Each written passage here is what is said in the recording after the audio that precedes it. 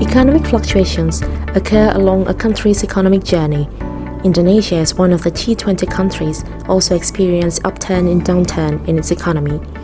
From expansion as being a net oil exporting country with progressive manufacturing industry, Indonesia became the Asian tiger. But this expansion was not permanent. Soon, Indonesia encountered contraction when Asian financial crisis emerged in the late 90s. The economy was able to recover from the crisis with different circumstances as net oil importing country, but again it fell down into global financial crisis in 2008. Like other countries, Indonesia needs an early warning framework that enable us to establish appropriate policies in order to reduce the excessive fluctuations in economy. Global financial crisis 2008 urged G20 economies towards Financial Stability Board and IMF to identify data gaps on economic and financial vulnerabilities. One of the recommendations is to extend the national accounts of G20 economies by compiling financial and non-financial stock and flows by economic sectors, known as full sequence of accounts, FSA, or sectoral accounts and balance sheet, SAB. FSA-SAB is an integrated statistical framework that captures and presents the relationship between economic flows in the real market and the financial spheres of the economy to comprehend financial interconnectedness among various sectors of an economy, ensures its consistency, establishes information about the levels of a country's economy assets and liabilities, and thus the wealth of its inhabitants at a particular point of time, provides more than a snapshot of the economy at a particular time that is indispensable for monitoring, analysis, and evaluations of the performance of economy over time, since it is compiled in a series of time, includes an external account that displays the links between economy and the rest of the world. As an integrated statistical framework, FSA is compiled based on SMA system of national accounts, an internationally agreed set of standard of recommendations on how to compile measures of economic activity in accordance with strict accounting conventions based on economic principles. Thus, the accounts in the FSA are comprehensive, consistent, and integrated. FSA measures what takes place in the economy between which agents and for what purpose. Agents in the economy are called institutional units. These units can engage in the full range of transactions and are capable of owning assets and incurring liabilities on their own behalf and have legal responsibility for their actions. The institutional units are grouped together to form 5 mutually exclusive institutional sectors, which are non-financial corporations, financial corporations, general government, households, non-profit institutions serving households, or NPIS. Those 5 institutional sectors are resident in the economic territory of a country and form the total economy. There is a delimitation of the total economy and the rest of the world. The rest of the world consists of all non-resident institutional units that enter into transactions with resident units or have other economic links with resident units.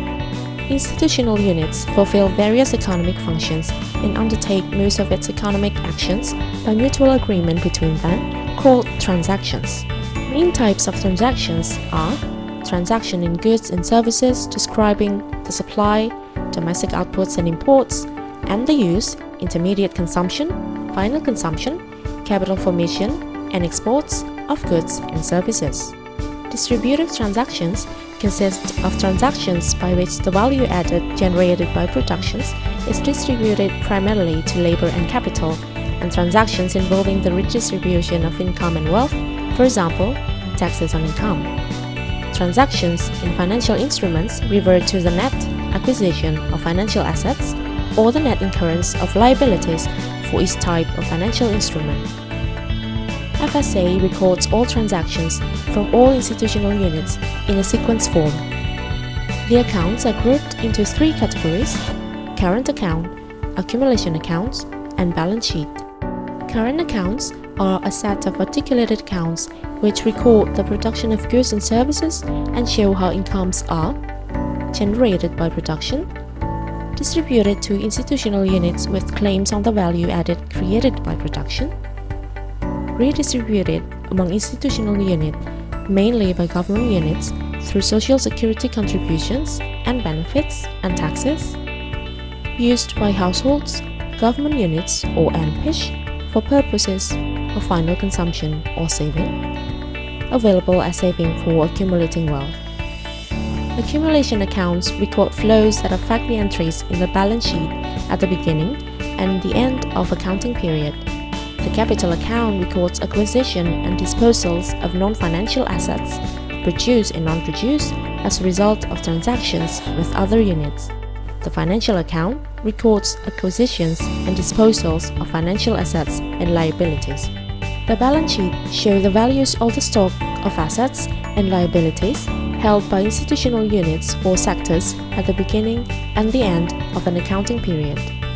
Each account shows the resources available to the institutional units and the uses of these resources. An account is balanced by introducing a balancing item defined residually as the difference between the total resources recorded on one side of the account and the total uses recorded on the other side. The balancing item from one account is carried forward as the first item in the following account on the opposite side, thereby making the set of accounts in an articulated whole. Where we stand, Indonesia is now struggling to finish the FSA debut. The 2010 estimate is treated as prototype and will be continued by speeding up compilation for 2011 up to the most recent data. The series will be launched in the second semester of 2017, parallel with the preparation for quarterly FSA-SAB. Data from whom to whom are absolutely needed to enhance data quality and consistency by providing more cross-checking and balancing opportunities. By this way, Indonesia's FSA-SAB can be used as an analytical tool to describe intersectoral linkages and to assess financial vulnerabilities and risks. It will allow us to answer questions: who is financing whom, in what amount, and with which type of financial instruments, permits us to trace who is paying or receiving dividend income, etc.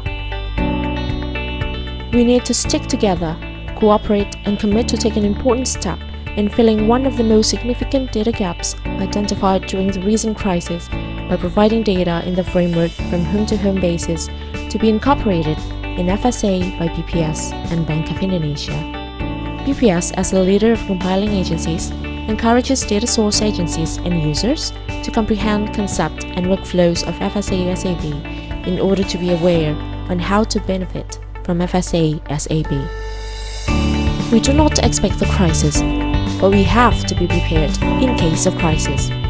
Let's collaborate for a better Indonesia.